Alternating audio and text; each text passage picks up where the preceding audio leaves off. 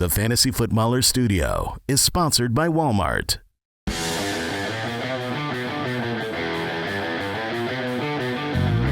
Welcome to the Fantasy Footballers Podcast with your hosts, Andy Holloway, Jason Moore, and Mike Wright.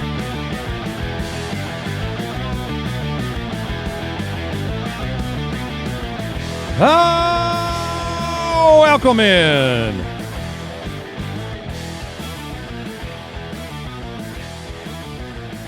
It's still football time. Did you want to steal football? It's still football. Look, there's a game tonight. There's an island game. Yeah, so but I don't do it on Monday. That's fair. That's fair. It was football time last night. Yes. It was half football time last night. It was not football time. We got half of a game. We got half of a great game and half of a stupid game. Footclan, I am so happy to be here with you. Andy Holloway here, Mike Wright, Jason Moore. Yes, the two of us are still here. I am so Somehow. happy to be here because I feel like this episode could just be talking individually to each of you. This game sucks. Jason was more excited about week one than anybody on the planet. You heard it on yesterday's intro to the show. He literally couldn't contain himself. He was convulsing with joy and just expectation. And why do we play fantasy football?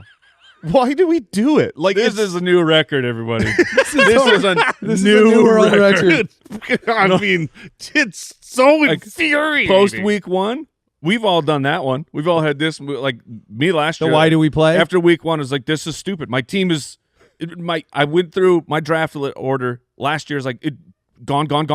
All these players are terrible. But opening night, new record. So Jason had he's playing Mike, and he had Dak and CD Oh yeah, and AJ Brown. yeah, oh yeah. You literally told everyone you should not play Dak. And I knew it. But Dak, to be fair, Looked awesome. he looked awesome. He balled out. He was throwing dimes, and unfortunately, none of them were caught. And No touchdown. No touchdowns. Ferguson, no touchdown. Lamb dropped 4. Lamb had 4 drops, 3 bad ones, but 4 in the game. I don't know if it'll go down as 4 or 3. Are we counting but he had 3. the layout as the fourth? I am. Oh, I count that as a drop too. Yeah.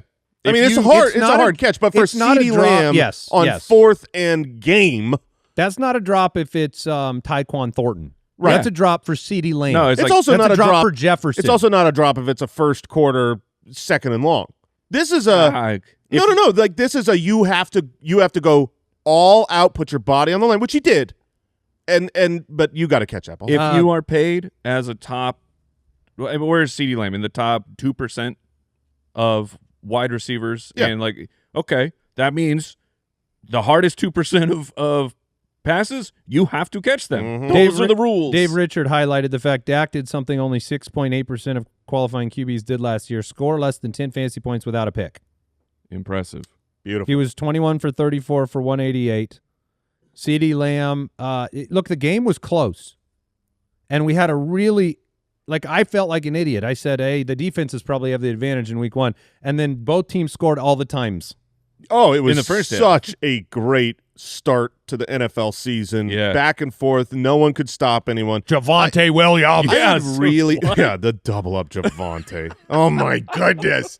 Robbing everyone. Like, even people who drafted Javonte are unhappy because they didn't start him. No, not Al. Papa Josh and the Falcon had Javonte, and he's on their bench. Of course he's on their bench. Because they didn't know Jalen Carter would spit at Dak 5 seconds in the game, and then the seas would part. If we could have the NFL at the beginning of every game remove each team's best defensive player, that would be great. Because it was no Micah Parsons. Yeah. No Jalen Carter. No Jalen Carter's a wonderful thing. But then even when we got that, the sky opened up and said no. Which was a point in favor of Team Dome over here. Big Dome. You guys with Team Dome. Big Dome. We were strutting through the streets. No, in that man, half. it's cool to have weather factor into games. Look how cool that we're lightning tough. was. We're men. We play through everything. Let's stop except the for game lightning. for an hour and then have everybody come out looking awful because Because of course, because they're humans. So Jace is doing great, and we have news to talk about. I mean, we haven't even gotten to the other part of Jason's tilt. Okay, what's the other part of? Oh, AJ Brown. Go ahead and bring up the AJ Brown. Yeah, we player got some card new here. graphics for YouTube. And we got AJ. Oh, these are nice. We're going to be able to recap last week's stats. And for those listening, here's what the stat line says here up on the screen on YouTube. We've got the 100% catch rate. 100% catch. One target, 1 reception, 8 yards, 1.3 fantasy points. So 5% target share. There was a point in this game where I was like, well, maybe the hamstring is hurting and he's just out there to draw the defense. Which I wasn't locked in on A.J. Brown, but I was. Over the first half, I saw some people tweeting of like, he's not running downfield. So I would have to go back and check the tape of all the routes that he was running. So no, he ran fine. He is the wide receiver 6 on the year now. Nice. So, well, then how do you shut up? Yeah. How do you feel about Philly's wide receiver 3, Jason? Yeah. Wish you started Dotson? It will obviously get better from here. I mean, yeah, this is why we play, because someone loves it and someone hates it every single week. But Kyle wants us to remind people last year in week 1, Jackson Smith and Jigba had 2.9 points. Amon-Ra St. Brown had 2.8. Terry McLaurin had 2.8. Drake London had 2.5. It's week 1. I think it's compounded for A.J. Brown because of the hamstring of like, is he good? I also think what we saw last night shows the recipe's not changing for Philadelphia. That's one thing I will say, is that the recipe for success for them, and mind you, Jalen Carter missed the game, all of it, and the recipe's going to be Saquon. The recipe's going to be Jalen Hurts when they need to, having him run the football. The Dallas secondary played pretty well. They have good corners, and then you have the interior passes. Dallas Goedert involved in a lot of underneath stuff. So Philly, I think there's going to be games that you are frustrated because the way the game flows, it's a lot of Saquon. They're hard to stop, and A.J. Brown will be fine. And if you want to target him in a trade, I would. If there's somebody that wants to be freaked out, week 1, right? It hits harder. Week 1 hits harder than any other week. Because it's all your preconceptions of the teams, and then if it doesn't happen, you're like, oh, no, am I wrong? And George was 3 for 30. He is listed as 4 targets. He had how many? Did he have 2 PIs that he drew? He had 15 yards, I think, right? I think he drew 2 PIs, but one was a bomb. Yes, potential touchdown. 50-yarder. He'll be much better too. Like part of it is pass rush and them not having as much time to get the ball downfield. I think for me, watching the Dallas offense. Javonte didn't look special, but he was getting what was there for him, and a couple extra yards. You're not going to get huge breakaway plays, but if you can get like what Rico had last year, where it's just like a lot of 5-yard runs, chunk runs. He's trusted at the goal line, the 2 touchdowns. I was impressed. I'm very optimistic. Yeah, I was impressed with the offense. Dallas offensive line. And not just how they played. Obviously, Carter not being there made it far easier, but like the design, the motions and the pulls and that type of stuff was like, okay, that it looks like there will be more for just a guy running back to receive. I don't think Javonte's going to get double up touchdowns very often. But, yeah, there was some great takeaways from that awful game. Jalen Hurts, no passing touchdowns, but 2 rushing touchdowns, 14 for 62. When they spread it out, he has got all day to figure out where he wants to run. If they don't spy him, he was toasting people. Dotson was 3 for 59, Goddard 7 for 44, Barkley 4 catches for 24 yards.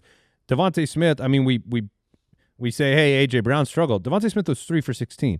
This is what happens sometimes. This is Philly's occasional situation. If the Eagles can successfully run the ball, they will. The majority of time. They will. And they're not going to be like, oh, but we want to pass. We've got great weapons. No, it's like if it's working, they're not going to stop doing it.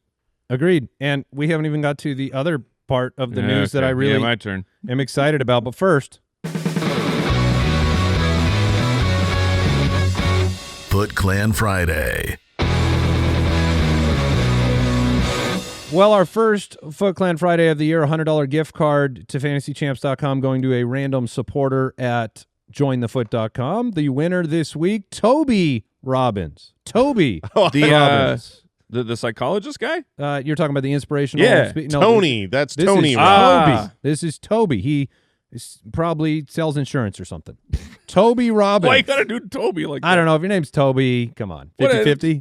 You probably sell insurance. You probably sell insurance. What if Toby's like an artist? He's a sculptor. He makes artistic insurance documents. Yeah, I was gonna say there are a lot of like fine artworks with Toby man. signed in the corner. I mean, but yeah, we gave him something. Yeah, $100. Toby was Congratulations, Toby. Yeah. Toby was Spider-Man for a little bit, guys. Oh, The worst. yeah. Spider-Man. Oh, The worst. Oh my mean, gosh. how, sir? I mean, Toby You can't from The be Office. serious right The first two What Spider-Man does Toby from movies The were Office great. do? Oh man. Oh, I don't He's know. not cool. Yeah, he's But pretty this funny, Toby's though. cool because he won $100 fantasychamps.com. Also, if you want to become a part of the Foot Clan, support the show, get premium in-season tools, the ultimate dashboard just released, a bonus weekly episode of the show, and a lot more, go to jointhefoot.com. And now it's time for part 2 of what I'm looking forward to the most. News and notes from around the league, presented by Progressive Insurance. The calf herd round the world. Christian putting the calf in McCaffrey. Yeah. Oh, I like Added to the I didn't injury. see that coming. Added to the injury report yesterday with a calf injury, was limited. He was not on the injury report on Wednesday, No. which at least makes you think new injury. He also did not appear to the media. He normally does on Thursdays. I'm assuming that just is like if you get hurt and you're limited, you don't have to go do it. But So I could be wrong. we are going to watch the Friday practice report with bated breath. Mike, Yes. how are you feeling? The season, we haven't even had game 1. I believe yesterday you said something Yes, on to the the Footcast. extent of, it was on the Footcast, and it was like, what do you think you'll be saying after week 1 of the NFL season? And it was something like that everyone should have drafted Christian McCaffrey Yes. because he's Yes. healthy for week 1, and you'll realize how great it is. Yes. I'm going to start with a flashback. Uh-oh. We do have this. Come on, what's wrong with your potty? Oh, man. That was talking about Christian McCaffrey, That was right? talking about Christian McCaffrey. Let's get that one more time. That was Oh, Jason. you want that? Okay. Jason.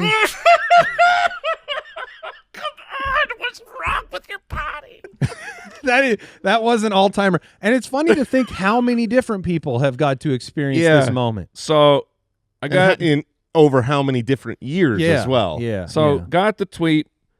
Y'all, there's the scene in the movie The Shining where the gal is trapped in the bathroom. Uh-huh. That's what I know. I know what that feels like now because the tweet felt like Jack Nicholson with an axe coming through my door to get me. Do you think this will shock you guys? Do you think on Sunday you will feel like the scene from Dumb and Dumber where he is stuck in the bathroom? And We'll find out later today. As you guys might expect, Twitter very calm and collected about that. Very calm and collected. Didn't get 1,000 "I trusted you" messages, which everything about Christian McCaffrey was laid out of is he healthy? That was the entire I don't want Christian McCaffrey hurt. right. I don't. So But- we will be But watching. he's hurt so much. We will be watching today. If he's limited today, then he's playing on Sunday. If somehow you get the DNP, then it will be Oh, panic in the man. streets. So at Like, least I'm the McCaffrey guy. I'm freaked out right now, man. Yeah, you've got him in both major leagues. I have him everywhere. Well, you have been in his camp. And good news, Mike, you had to go against A.J. Brown Yeah. and Dak Prescott, so you're going to be fine. But so if you didn't see any of the Tom Pelissero stuff, he was your favorite dude. Yes, I mean he is the ultimate hype man, ultimate shill. But Tom has no idea that we have a feud. No, of it's a course one-way. not. It's a one-way feud. and don't say we includes No, I know. Andy I and love that here. guy. This is just you. I love that guy. This is you v Tom without Tom v you back. Yeah. The boot does not concern himself with the ant. Yeah. But his report was really strange, honestly, because when you see it in print, you're like the headlines are, no red alarm. You're like, oh, okay, thank goodness. But then you actually watch him talk about it, and he's like, well, it's not DEFCON 1. You're like, there's a lot of other numbers in the tons of DEFCONs, man. There's 2, and you know Two's what? pretty bad. Really bad. Really bad. So at least one. I just don't know. One injury man. expert that I was reading this morning, their opinion was he will not practice today and that he will miss time. Okay. But they also believe that it was not related to tendonitis from last year. They think maybe strain. That was one of the speculative. I mean, look, we don't know. Yeah. We need the practice report today. We do. If he practices, like there is a world where Christian McCaffrey never really practices a full week because they want to manage him. That's the thing about McCaffrey is literally the engine to the San Francisco 49ers offense. If the 49ers offense will go as Christian McCaffrey goes. I know Brock Purdy got the huge contract, but without CMC, their chances of winning a Super Bowl go way down. I can't believe we're here. Yeah, I can't believe. Even I can't. I mean, I was not like you said. You want to play to win. My opinion was there are ways to do it without Christian McCaffrey. You can play to win without Christian McCaffrey. I just cannot believe we're here before week 1, and just not like that was our welcome to the season was CMC news, Jalen Carter spit, AJ Brown and AJ dud. Brown. I mean, wow, Dak dud. Wow. You know who is dude, Ken Walker, protect yourself right now. Just go be in a bubble for a while. It's not like all 49er running backs haven't been hurt all offseason too. So it was like, yeah. One final time, I'm going to push this drop. One final time. Amari Cooper showed up in Las Vegas and noped out. He is retiring after 10 seasons in the NFL. He is not going to play for the Raiders. No return. And he just wanted a little practice. He didn't want to he got real close to the games. It was like, you guys remember when Reggie Wayne did this? Do you remember what camp he showed? Yeah, he showed up to Patriots camp. The Patriots camp retired a lot of wide receivers. Amari Cooper is gone. Now you have even a clearer path for Dante Thornton Jr. Not that he didn't have one. Amari Cooper was not a factor in any of my projections for the Raiders. Okay, well, he's gone. All right, we've got some more updates for the games that we talked through yesterday on the show. This is going to be a long episode. I know it. We've got so many matchups to get to. We have fantasy face-off at the end of the show today, our first week of fantasy face-off, but we did talk about some games yesterday we want to update you on. Devon Achane, Tyreek Hill, both remain limited on Thursday. Both are absolutely on track to play, according to Mike McDaniel. Darren Waller. What did his face look like when he said that? He was probably sweating. Did he have sunglasses on? Yeah, probably. Darren Waller not expected to play because of a hip injury. How about this one, guys? Brian Dable, this is recent news in the last 15 minutes. Malik Neighbors' back is, quote, a little tight, and he will be okay for week 1 against the Commanders. You still don't like to see it because you had an offseason marred by 3 different injuries for Malik Neighbors and a trouble with some injuries last year. Does it concern you at all to hear this? I mean, of course. You don't want any players injured. He's tough. The thing that gives you hope is that last year he dealt with a ton of injuries and played through a ton of injuries. He's not going to just, take the day off, but every player can be legitimately injured where they can't play football, and so hopefully he is not. I just checked groinindex.com, one of the top leading websites in the world. Oh, it's your go-to source for groins. And there's only one groin on there right now. Keon Coleman, my groin, which means Cade Otton practiced in full on Thursday. The groin. He went, my groin. I don't know if we want to keep that going. All right. Hey, big news. Christian Kirk didn't practice on Thursday. He's expected to miss week 1 for the Texans, if not more.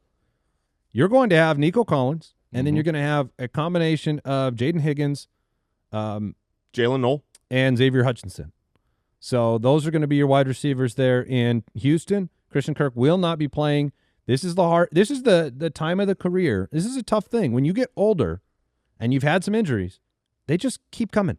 Yeah, I would say if you're looking to pick someone up, obviously if Higgins wasn't Higgins drafted, is the priority. He would be the priority pickup. But I presume he was drafted in most leagues. Jalen Noel, another rookie, I believe a 3rd round, still a high draft pick, teammate of Higgins from college.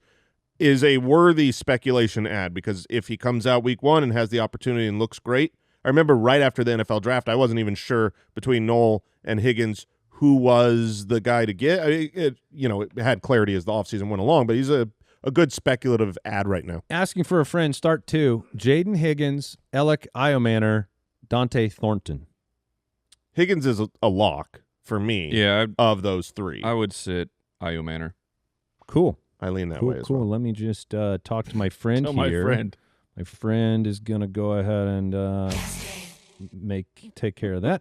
Yeah, those are nasty boys. All right, Keon Coleman, groin soreness dating back to training camp, flare up recently, and limited, but they do expect him to play. Jaden Reed returned to a limited practice. This will be the Jaden Reed story every week. We might as well just say the same thing and record us saying it, because we're going to say it all the time. Isaiah Likely not practicing, not going to play most likely, and neither is Patrick Ricard, the fullback. So which would be the first game by him that he missed since the end of the 2021 season.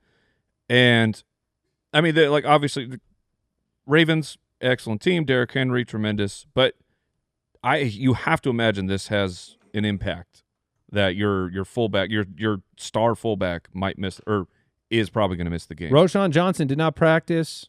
Yeah. Kyle Monangai will be most likely the backup for DeAndre Swift, but I think it will be almost all DeAndre Swift, because Monangai is also dealing with a limited designation with the hamstring. But when you're trying to figure out in leagues who you're going to just throw on the end of your bench, his name's been brought up a couple times on this show, but Monangai should be added. That was News and Notes, sponsored by Progressive Insurance. Quote today at Progressive.com. Progressive Casualty Insurance Company affiliates and third-party insurers. Not available in all states or situations. Coverage subject to policy terms, limits, and conditions. We'll take a break, and we'll jump right back into the forecast.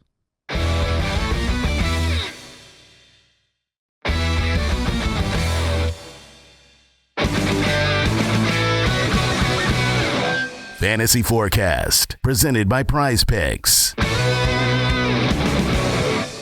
Okie dokie, we covered a ton of games yesterday. It is still football time. The Chiefs-Chargers tonight, Friday night in Brazil. 2 teams that I'm excited to see what they have in store. Divisional matchup. Very, very exciting. So we talked about that game yesterday. We talked about Buccaneers, Falcons, Bengals, Browns, Dolphins, Colts, Raiders, Patriots, Cardinals, Saints, Steelers, Jets, and Giants, Commanders. And as we turn the page to today, we'll move on to the Carolina Panthers traveling to Jacksonville to take on the Jaguars. Vegas line, Jacksonville minus 3.5. Over-under, 46.5. Jacksonville favorites, 2 overall number 1 picks. Cam Ward Bryce Young after the resurgent end of the year. Trevor Lawrence. Here we go. Bad defenses last year. That was the story between these 2 teams. Jacksonville was really a great target if you wanted to play anybody against them. Yeah, I mean, I've been looking forward to this. We look at week 1 matchups for months. It's like who's going to start strong, and it's obviously the first week of the NFL season. I've been looking forward to this matchup as much as any. When you look at like the 2 mediocre to bad teams that have a chance to really level up and play each other with not great defenses, this is a very exciting game that I think it is. Not only can there be a lot of fantasy relevance, but there can be a lot of lessons learned quickly. I'm so upset at the chance of thunderstorms here. Like, don't do it. Just bypass the stadium. There's a lot of potential weather this weekend. Dude, you got to love the open stadium vibe. But, yeah, I mean, I hope it's clear weather and we get to see Trevor Lawrence and Bryce Young and, what the running back rotation is like here. Dude, why even play the games? If why don't you guys just simulate them on a computer? Because we that can way play, there's no variables. But you can put it in a dome. It's a lot more fun when it's computer in a dome? No. You put the players it's in a dome. real, but yeah, there's a solution. It's so easy. Yeah, I mean, like in the game, they announce. So you guys are big AstroTurf guys then, because the grass might be a little different in different places. You probably want AstroTurf. Well, the nice thing is when you have that dome, yeah, the grass is protected from getting sloshy or Just saying, they were like, "Hey, when everyone, you have the dome, you can't have grass. Seek shelter." And you're like, "Where do you seek shelter?" We literally have a dome with real grass in We have a Arizona. retractable roof, Jason. That's fine. That's great. Okay. Put a roof on. Have it open for good weather. Just put a lid on it. I'm just saying, team dome, team retractable roof. You may be, Sure, that we are the same. It just doesn't roll off the tongue. Yeah, exactly. All right, so Bryce Young, Trevor Lawrence. Here's my biggest worry from this game. Maybe not worry, but thing I'm watching. I wonder if we're going to come out of this game. Look, Carolina gave up the most points of all time last year, so it's a bad defense. I think we might come out of this game with like a top 5 performance at running back for Jacksonville, and I don't know who it will be. Sure. I think it could be Travis Etienne. Could be. And I think we might come out of this game going, oh, my gosh. And maybe it will be an exaggeration because they're playing Carolina and they're at home. It could be Etienne. It could be Bigsby. But it will be probably one of those guys that has a pretty big game. It will be only priors confirmed. That if Tank Bigsby has a game, I know for a fact Mike will double down and say, I knew it. He's the guy. How did you know? If it's Travis Etienne who has a game, I will dismiss it immediately. Nah, it was the Panthers. So really, I think we got to focus on utilization versus performance. Who gets the carries, who gets the targets, and just take that and not their performance away from this game. We're going to see a lot of Chuba Hubbard as well on the other side. He's a good start. Yes. We'll be watching for Bryce Young to see if he can continue what he did from week 12 on last year, where he scrambled a lot. He made plays, was 7th in fantasy points per drop back, and we'll see if Liam Cohen and this Jacksonville offense can get Trevor Lawrence going. You play your Brian Thomas Jr., you play Jason start of the week, Tataroa McMillan, the rookie, who is very much their number one out of the gate. We'll see what Xavier Legette and Travis Hunter have in this one. Travis Hunter, how many snaps does he play? Do you feel comfortable? I am playing Travis You do? Hunter. Okay. Yes. And then would you play him over Ricky Pearsall? Because that's one of the top start-sit decisions. Is Christian McCaffrey active? That is a question that I cannot answer for you, Mike. Although I pray that our crack staff back there in Deucer's Alley would break through with any news. I'm sure they will. But so, like a decision I am making in the listener league, I have Travis Hunter, and then I got Jordan Mason there sitting on my bench for the game on Monday night. I have Travis Hunter well ahead of that situation. Okay. What else are you watching in this one?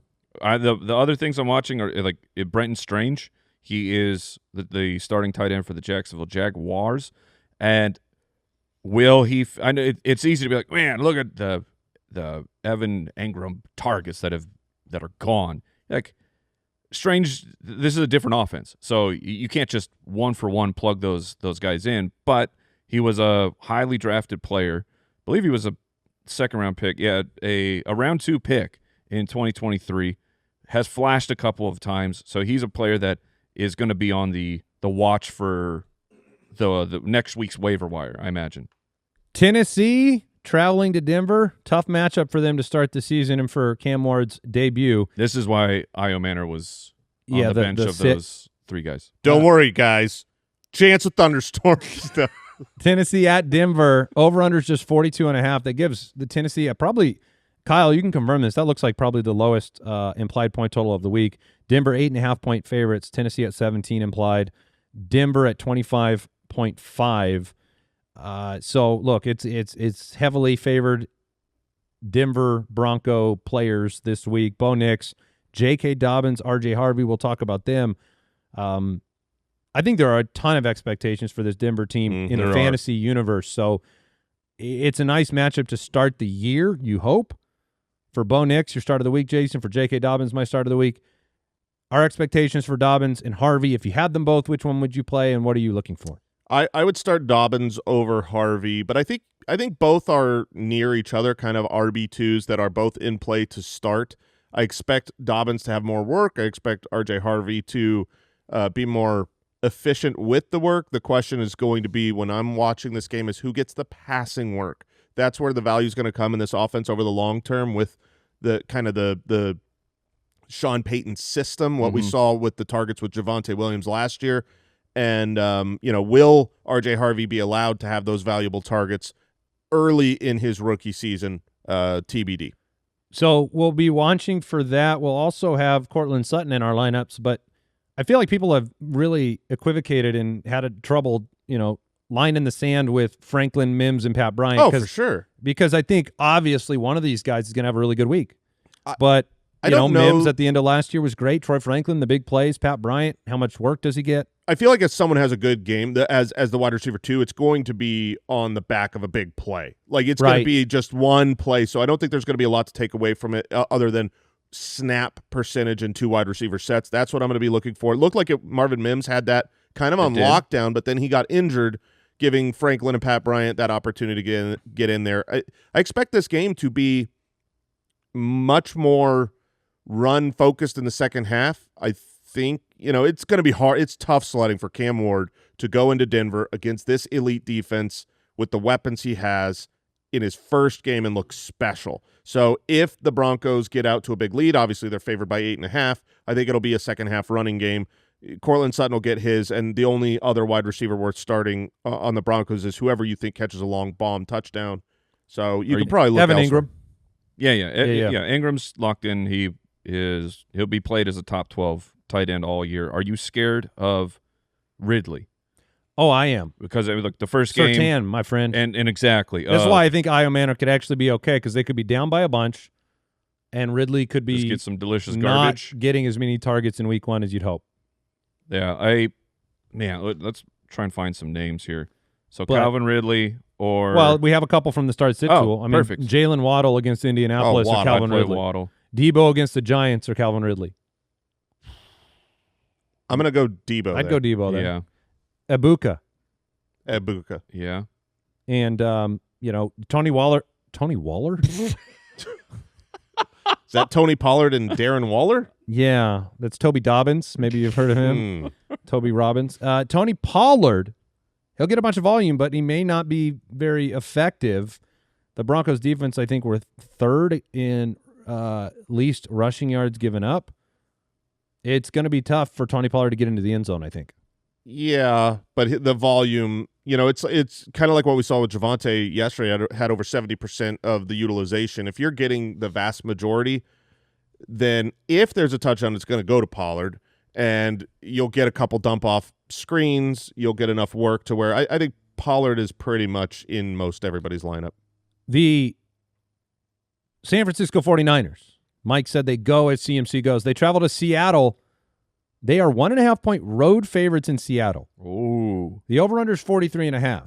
I probably would pick Seattle regardless of CMC's status to win this game. I'm a little shocked that they're 1.5-point favorites, but Seattle's got a brand new situation, brand new quarterback, brand new offensive coordinator. We've got 2 starts of the week on the Seattle side. Kenneth Walker and Jackson Smith-Njigba, we talked about them on yesterday's show. So, those are your primary starts in Seattle, and I'm not sure you go beyond them. Are there players that you were Cooper Kupp, late drafted. Torrey Horton's going to start in 3 wide. The tight end situation is completely new for them. A.J. Barner's the starter.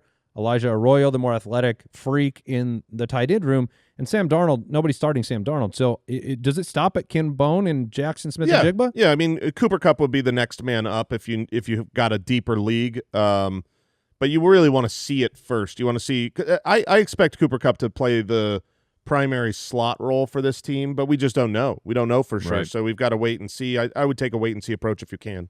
Do you guys both have San Francisco winning this game? We've had I picked I just went to check because we do our weekly picks early in the week, and I was curious what that was. The line at the beginning of the week was -2.5. Right.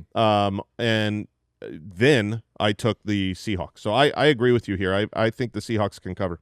What's kind of strange about San Francisco's offense to me is while there are a lot of pieces that could be very good, I don't feel like any of them have really played together in a while. Like, CMC's been out a long time. Brian Robinson is brand new. Juwan Jennings has not been practicing, but he's supposed to get a full allotment of snaps. Ricky Pearsall, he had a good end of the season, but this is like a fairly new player to the offense. No more Debo, no Ayuk. George Kittle, very familiar there. We can feel super confident with him, but, I guess it's the question of how quickly does this new offense with those weapons come together in a way that seems really clean? Because I think the Seattle defense is underrated. I think Seattle's defense has the potential to be a top 5, top 10 defense. Those are very different numbers to me. Well, look, the numbers actually bear itself out. I wonder if I can. No, I just mean being a top 5 versus being a top 10. Like, top 10 is like you can be middle of the pack. Top 5 is you're an elite defense. You know. I think they describe themselves pretty well. I think top 10, you could be in the top 10. Sure, that's a top third. It defense, could be Jason. 6, 7. What else? 8. Okay, and that's it. Hold on. Wait, 9. what? Yeah, All of those? it might be top 9. Okay, I understand now. So you don't like it if I say top 5, top 10 range? I you don't like it was a range? fine. No, I'm just saying. Those are very different numbers. When you said On top purpose. 5 defense, that was like, whoa, that's shocking. Yeah. And then you're like, And or you a did top 10. I guess you backed it off a little bit. Yeah, and then you're like top 10. It's like, oh, yeah, well, I could see that. I mean, it's just like, you're either bold or you're not. And I'm saying you try to be both. I'm not going to stand for that. I'm not going to just be like, oh, sure, they could be the best defense or top half. I'm not joking when I tell you this. I just looked this up. Greg Olson. You know Greg Olson. I've heard of him. Analyst. This is a direct quote. I think this Seahawks defense has a chance to be a top 5, top 7 defense by the end of the season. See, yeah, but That's a man. Yeah. That is a man. There's That's no what hedge. I'm talking about. There's no hedge. Because top 7's good. You know what I mean? Yeah, Greg Olson gets it. Oh my in gosh. Olson's We assumption, got Greg Jason, Olson on a photo over here somewhere. Yeah, I also Yeah. like you referred to him as analyst. Well, I mean, I know that's what he, but it's like Hall of Fame tight end. But- yeah, I mean, I the tight end version of him, I trust less about defense. You will bring me Greg Olson. Bring me this man. Yeah, just look at this. Yes, sir. Oh, per Greg Olson's analysis, Jason. this is a man. He's not afraid. Defense 8. That's not in the cards. No. That's not top defense. Top 7. This is so stupid. That's my man. Also, if we could talk just for one more second about Greg Olson, who I love and adore. For the podcasters, there is a very, very large painting of Greg Olson right next to us. Hair, Yeah. which obviously he's playing football here. He's sweaty. Yeah. It looks bad. Looks nowhere near as bad as when he's an analyst. When he is no, I'm just saying, like, when they go to him in the booth, it's Right. like, dude, what are you doing? Uh-huh. I saw him on a podcast recently, and Did it look good on the he was podcast? rocking a hat, and I was like, Oh. you're so handsome. Why aren't you always wearing a Well, hat? show the people, like, under your hat. Like, if you, I'm not a man. This is a man. I'm a boy. All right, he's staying here today. okay, we'll keep Greg Olson to hang out. I almost got him. All right. We're watching for CMC. Look, if CMC doesn't play, Brian Robinson is in play. I mean, he's going to be Absolutely. He's going to be their starter. Juwan Jennings. Where does nervous. he? Let's just, because we won't have another recording. I mean, Sunday Live. Yeah. If you catch it. But Oh yeah, tell the people about Sunday Live because Sunday, guys, if Christian McCaffrey's out, Sunday Live will not be happening. I will be stepping in over Mike's body. Yes. No, but I think we should answer the question. Like, CMC is ruled that's Sunday Dead. Yeah. ruled Sunday inactive. Dead, not Sunday Live. Where does that put Brian Robinson? Because it seems like it would be him almost alone. No, Garendo is back and healthy. Probably around Back and healthy? Yeah. Yeah, he is. He Oh. is. He's back practicing. I'm not going to rocket ship Brian Robinson up to 20. be like top 12. Yeah. 20. As an RB2. Let me give you some Between names. top 12 and 20. All right, let me give you some names. Obviously, we're not going to start him over the elite tier. So going down to like running back. Let's look at this game. Would you still start Ken Walker over? Yes, I would. Oh yeah. Okay. Yeah. Would you Go lower. Would you Travion Henderson? That's a questionable name. That's a great one to say. I'd probably shoot my shot on Brian Robinson if he's a. If I he's would the be on the starter. Brian Robinson side if Christian McCaffrey doesn't Doesn't play. feel good to say, No. but I think that's the right I call. think Yeah. we get to a tier where you're looking at Travion Henderson, maybe What about Pacheco will have already played. maybe Jalen Warren. I'd play Robinson over What about Warren. RJ Harvey. What about Dobbins? Would you go Robinson over? I think I would go Brian Robinson over all of these players we're naming. Yeah, I think so too. All right, so Juwan Jennings, who's been limited, got the incentives. He's going to be back. He's still a nervous start for me. I feel better with Pearsall in this first week with the calf injury. Mhm. Kittle, yeah. Yeah. So, and if you're making a decision at quarterback, 2 quarterback leagues, Purdy or Love against Detroit, I'd go Love. I would would play as well. Love, yeah. Purdy or Kyler at New Orleans, I'd go Kyler. I'd go Kyler. Purdy or Drake May against Las Vegas?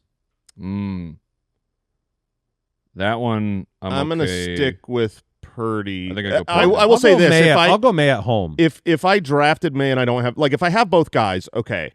If I drafted Drake May for the breakout season, I'm not going to drop him for Purdy by any means. I would be willing to take the risk on that first week. Those guys are back to back for me, so that's a tough decision. I had one question though. Last two matchups: Jennings or Calvin Ridley, because I feel like I'm on the Jennings side there.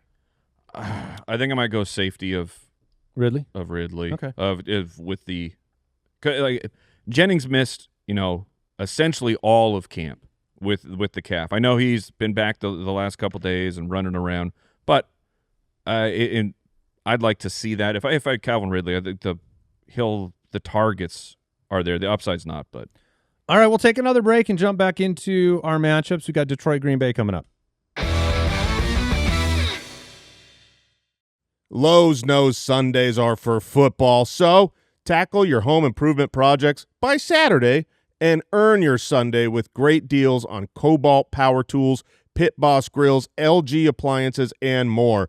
Then, once your to-do list is done, get ready to kick back, relax, and enjoy the game. Shop in-store or online now and earn your Sunday with help from Lowe's, official partner of the NFL. What's up, Footclan? You can't count on much these days, but you can always count on Sundays with the NFL on CBS and Paramount Plus. That's right, football fans. Watch your local NFL game every Sunday on CBS and Paramount Plus all season long. This year's schedule is absolutely stacked with rivalries and revenge games, including the next chapter of the epic Bills-Chiefs saga. That'll be fun. So stay connected all year on any device, at home or on the go. Visit ParamountPlus.com/NFL to get started today and count on Sundays for another must-see season of the NFL on CBS and Paramount Plus. I still can't believe how many storylines we have 5 seconds into the season. I'm still just... Football is every year. Great. It is great. I'm back in, man. Yay! I'm back in. This is fun. You and Greg? The show is healing. The show is a healing force to forget about A.J. Brown. And because you get zoomed in on that one thing. And drop Wilson. Then you can zoom out. You're like, oh, no, there's other things to have fun with. Detroit at Green Bay. This is a really fun, exciting game. Vegas line, Green Bay, 2.5-point home favorites. The over-under is 47.5, which you love to see. We probably will get the Micah Parsons debut, but not necessarily with him dealing with some injuries. But that would be exciting. Detroit won both games last year, 24-14, 34-31. They were close. That second one was amazing.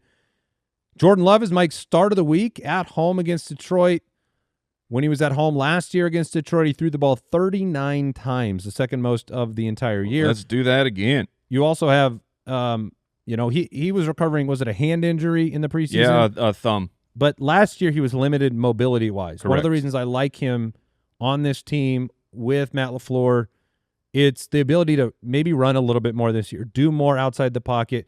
The Bryce Young scramble increase at the end of the year. You want to see that with Jordan Love. He doesn't have to run it. Just get out of the pocket. Mm-hmm. His arm, he can make plays. You've got the debut of Matthew Golden. I was told. Okay. Who were you told by? That was a producer. That's Uh-huh. K-pop. What? No, that's Matthew Golden. Oh, okay. Don't worry about that. Yeah. Wait, who is it? Matthew Golden. Brooks just said, quote, Oh, hold on. he said, Brooks said, what was that? Brooks, you don't have children. You're fine. I seen it. So Jordan Love, Matthew Golden. I feel very comfortable starting Golden. It's funny because Ibuka, McMillan, Golden, Travis Hunter. Travis Hunter. Like, I feel good starting all those guys this week. Yeah, no, I agree. Over the years, we've learned to be less afraid of rookie wide receivers. Even at the beginning of the season, they should be stronger towards the end of the year. But the opportunities here have lined up really nicely for the higher drafted guys to where they're on the field more than we expected. Ibuka and Travis Hunter, even Matthew Golden, they didn't seem like they were guaranteed locks to be on the field as wide receivers for Travis Hunter for the majority of snaps. Now, injuries, off seasons, and coaching comments have said they're pretty much all locked in starters. We have Jaden Reed, who, look, it would not be a shock if Jaden Reed had a great game. Like, that's in the card. It's just really nerve-wracking to play him because you don't know if he will leave early, if he will be healthy enough. He's going to be managing an injury. I'm just saying that because they're at home in week 1, and last year he was the #1 receiver in week 1. It's possible. Josh Jacobs, start with confidence. Would you play like Jacoby Myers against the Patriots, or would you play Jaden Reed? I mean, that is it's a great, terrible decision there. Josh Downs, Miami Dolphins. I'd probably try Downs there. I don't know if I'd go Myers because I don't know.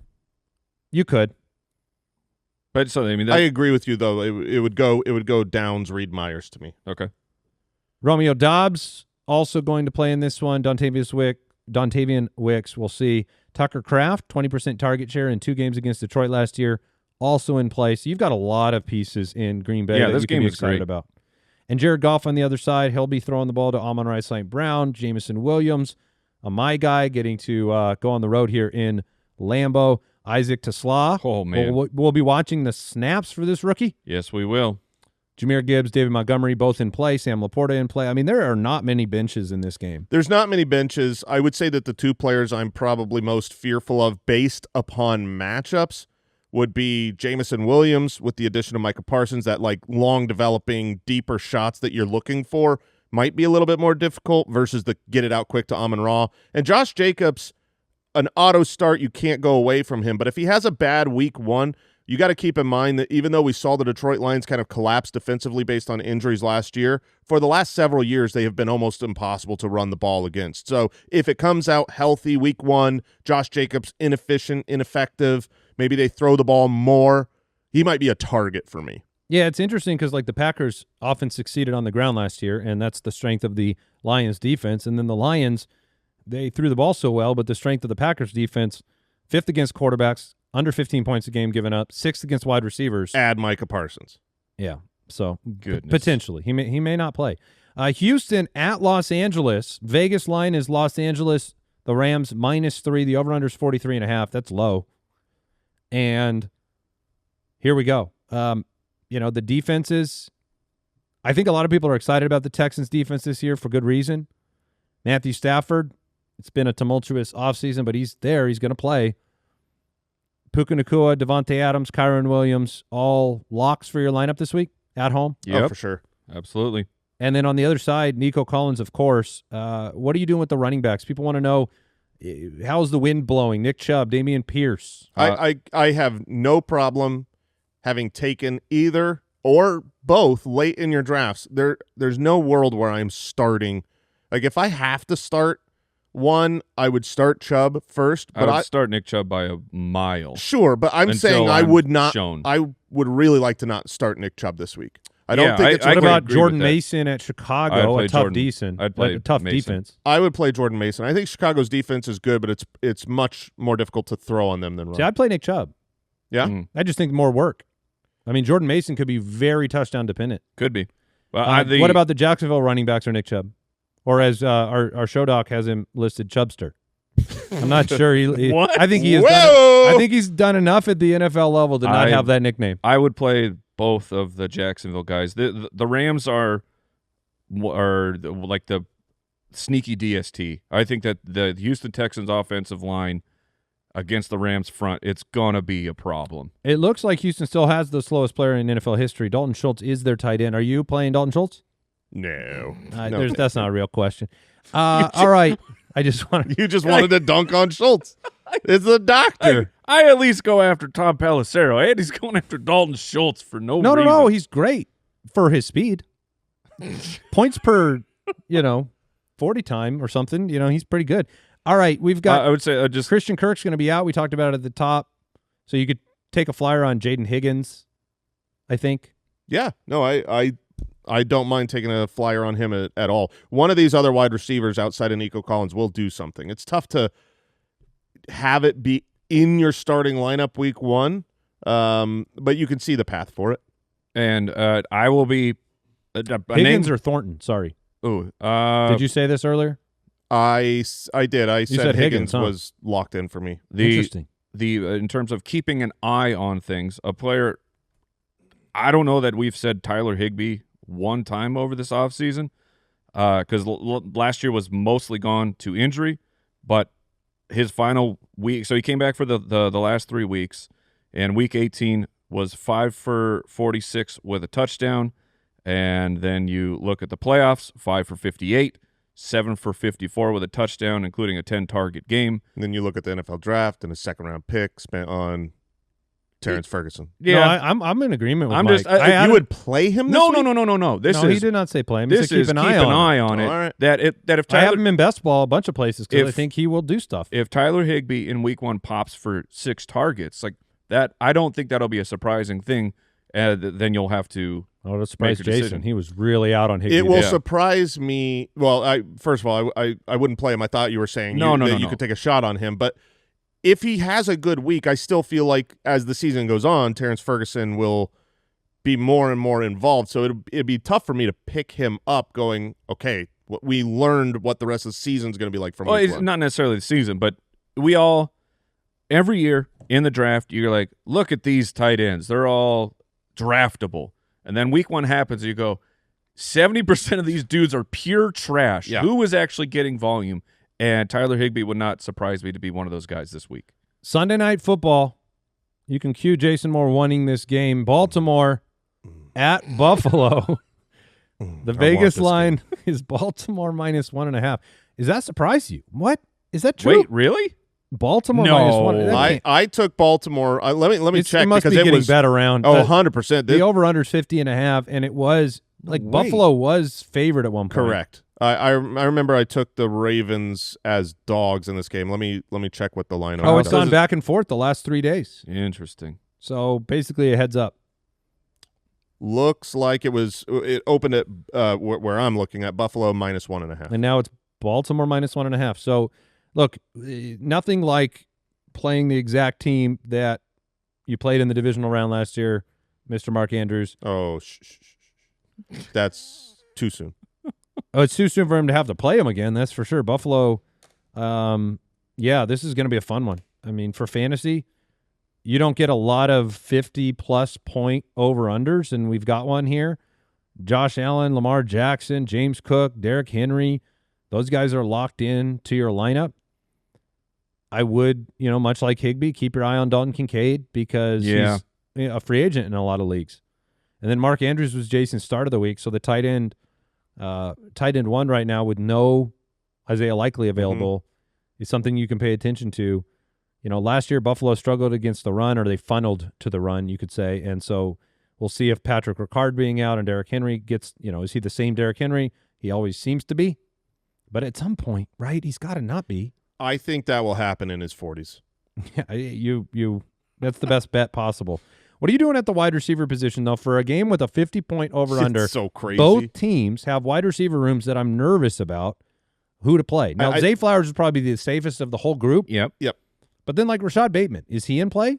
Would you play Bateman? Would you play, Higgins or Thornton? Right. Yeah. No. I mean, I think if you're I'd play taking Bateman over those, I think if guys. you're taking a dart throw player in that tier, Bateman is the way to go. You have the higher over/under, you've got the better quarterback, and you've got the experience of having hit huge games before. So Bateman, if you're in a matchup, let's say you gained information from last night's game and tonight's game, and you're down, and you've got some piddly poop PPR guy in your flex, and you need a higher upside. Naturally. I think Bateman is the type of player you take a shot on. It was funny because I remember last year we were all excited for Bateman for the first game of the year, or at least potentially. It was the Kansas City game. They opened the season last year, and it was like he does disappear. I mean, Bateman is a D in consistency. He is a boom bust.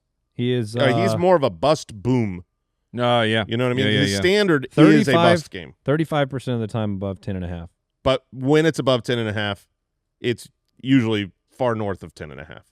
Yeah. It's like because it's a bomb touchdown that he's What else are getting. you watching for in this one? Keon Coleman is a huge he had a groin issue he had it all the way through training camp, and then it flared up again this week, which is not good. The flaring groin. They're saying that it looks like he's likely to play, it's really tough. And he had a good camp. I think it was quiet on this show after training camp when I was kind of digging around at things I might have missed through all the camps going on simultaneously. Keon Coleman had kind of a little bit of a breakout. So I'm hopeful that he is able to take a year 2 leap. It just sucks that he's got this groin problem to start this season. Yeah. Mike, anything else you're watching for in this big-time game? No, I think we Khalil Shakir gets probably disrespected, but will probably have 8 to 10 targets. We'll see how he does coming off of the high ankle sprain.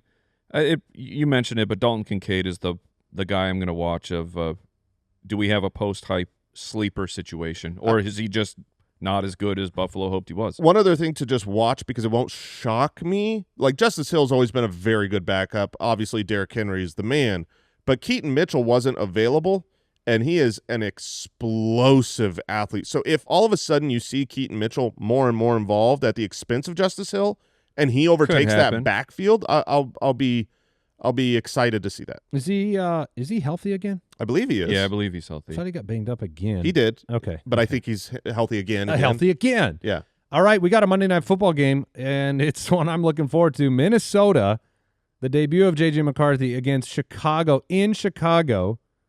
Caleb Williams with Ben Johnson, that debut. The Vegas line, Minnesota -1.5 on the road, which I guess that surprises me a little bit too. Like going on the road to Chicago, 43.5 point over-under. That is Bears pretty fans. low. We didn't set that. No, we didn't. No. You set that over the last few years. I know the Bears fans are going to say, how dare you say in the opening night with Ben Johnson and Caleb in year 2 have Minnesota be favored. We didn't do it. No. We do not control the lines. Week 12, Minnesota won 30-27 in Chicago. So that's what the in Chicago game was last year, was 30-27. So Ben Johnson, Kevin O'Connell, Caleb Williams, J.J. McCarthy. We'll be watching the backfield split with Aaron Jones and Jordan Mason. I would expect a lot of Aaron Jones to start the year. I think the Mason pick and storyline is exciting, but I'm not as convicted that it'll be anywhere close to 50-50 to start the year. But goal line, maybe more than that. Maybe it will be 50-50. Maybe it'll be drives. But it's just Aaron Jones surprises people year after year. That's how I see it as well. I wouldn't be shocked if it's 65-35, but the majority of goal line, short yardage situations is bring in Jordan Mason. This is a team that is very difficult to throw on and not one against that quarterbacks. Strong in the running game. They're inverse, where Minnesota was the pass funnel last year. So that should be exciting for DJ Moore and Rome. Do we have an update on their star corner? Jalen Johnson? Yeah, he got banged up, right? Is he he going to play did this week? That makes a pretty big difference, obviously, with Justin Jefferson on the other side. He says he hopes to be ready for the season opener. He had a freak accident. That sounds ominous. But that was, let me see. That's got to be stepping on a rake. He's still hoping, or banana peel. Right. Still, 7 hours ago, hoping to be out there. That's big for Jefferson. But the Bears defense with Jalen Johnson last year, 3rd against wide receivers, #1 against quarterbacks, 25th against running backs. So, both Jones and Mason could have opportunities if they maintain that for this year. I do echo your thought, though. I think Aaron Jones is a fantastic play this week. DJ Moore, Rome Odunze, I'm comfortable playing both of those guys. Sure. And excited to see what Rome can do. We'll see what Colston Loveland's snap count is in this game. We'll see what the backup to DeAndre Swift will Monangai be that guy?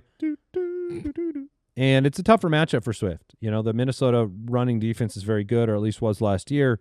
Jefferson, yes. Where are you with Thielen in week 1? Against the Bears passing defense, I'm out across the board other than Hawkinson. I think Hawkinson will be a perfect target for J.J. McCarthy whenever Justin Jefferson is not available. Go to the big underneath target. So to me, it goes, obviously Jefferson is in. Hawkinson seems like a good play. Aaron Jones I love. And then Jordan Mason, kind of more of a spot flex start where you're hoping for a touchdown. Okay. All right, we have a couple other injury updates reinforcing that Tyreek Hill and Achane are going to play. Panthers, Godwin has been ruled out for Tampa Bay officially. You're going to be dealing with this every week. Mike mentioned it. So there you go. There's all the matchups, but we do have Week 1 face-off.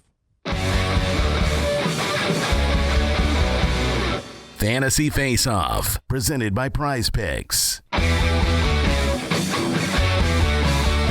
The Wheel of Shame shall return once more. Hopefully not, but we'll see. We're building a lineup this year in Fantasy Face-Off, building a lineup based on the Prize Picks projections. So each of us will play with us over on Prize Picks. Yes. Come and play with us. The assembly of this lineup. So each of us will have a specific projection that we're going to make and go with for the week, and the community play will be over on Prize Picks, and you can play with us. And if somebody, it's a fun app. Like their app is, they're doing good work, incredible. And if one of us lets the Footclan down and fails, that singular failure will be spinning the Wheel of Shame each and every week. Yeah. So here we go. Jason, why don't you kick us off with your? Sure. I looked around at a lot of player projections that I liked, that I didn't like, and I want to get started kind of calling my own shot on a rookie. I've thrown a little bit of shade on Ashton Genty as a first-round fantasy pick because expectations are everything. If he has a good season but doesn't do enough, he could be a bust. But right now, his projection is 2.5 receptions. It's not that much, and I feel like he should be more than that. He's going to be on the field all the time. So I'm taking more than 2.5 receptions in his first opening game against the New England Patriots, who were 29th against fantasy running backs last year. I love that we're going positivity. On this week, we're all going more. I'm going with my start of the week, James Conner, Arizona Cardinals running back. The New Orleans, they're 30th in rushing yards allowed per game. This past year, I expect James Conner still to be, kind of the engine of the Arizona Cardinals. And right now his projection is sitting at 69.5 rushing yards. So I'm going to take the more. I'm staying positive too. DK Metcalf. Oh, the superstar. DK Metcalf. Yes. Fantasy MVP for the year. I'm taking more on the 7-target projection. I think the target share will be out of this world. So Ashton Genty, more than 2.5 receptions for Jason. DK Metcalf, more than 7 targets for myself. And then Mike, James Conner, more than 69.5 rushing yards. I love that you went targets, not receptions, because you got Sauce Gardner there, and it's like he might not catch him, but he's gonna get. He's a lot bigger. 7 targets is 7 receptions, cakewalk. I forgot how into Metcalf Mike is now. Metcalf. Yeah. So correct picks here. We get a crown. We wear the crown. Incorrect. It's a clown wig, and if it's one standing alone, the cheese stand alone, they spin the wheel. They will be punished. Shame. And hopefully we're delivering. We're all kings here. Yeah. All right, that was Fantasy Face-Off presented by Prize Picks, the largest daily fantasy sports platform. Download the Prize Picks app and use the code Footballers and get $50 instantly in lineups when you play $5. We did it. We got through week 1, all the matchups, the Fantasy Face-Off, and Mike is going to go just click refresh on the practice reports in San Francisco. Yeah. Look. We got nothing new. We have nothing new to talk about, Al? Nope. I thought you were going to head out. I'm keeping an eye on it. Yeah. But the last thing I'm seeing Are you going is straight to San Francisco? I thought he was going to San Francisco. As soon as we're done. I got to get the show up. All right. That's fair. Yeah, and I couldn't do that. Maybe I'll see you on Sunday. Yes. You'll see on Sunday Live or Sunday Dead. You'll see one of us. Yeah, we will be here. It might not be Mike if he passes away. But, yeah, Sunday. It is going to be a weekend at Bernie's. 1 hour before kickoff, one of us will be here on Sunday Live going through start-sit decisions, last-minute injury situations, maybe weather. 57 seconds ago, Micah Parsons, Jaden Reed, both practicing. Okay.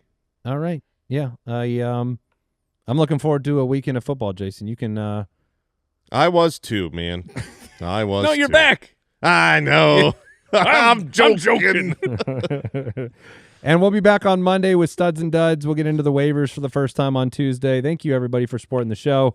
All the Foot Clan over at jointhefoot.com. We appreciate you. It's been a very fun offseason. It is time for more football. Including tonight. Don't forget. Brazil. We'll see you soon. Here we go. Goodbye.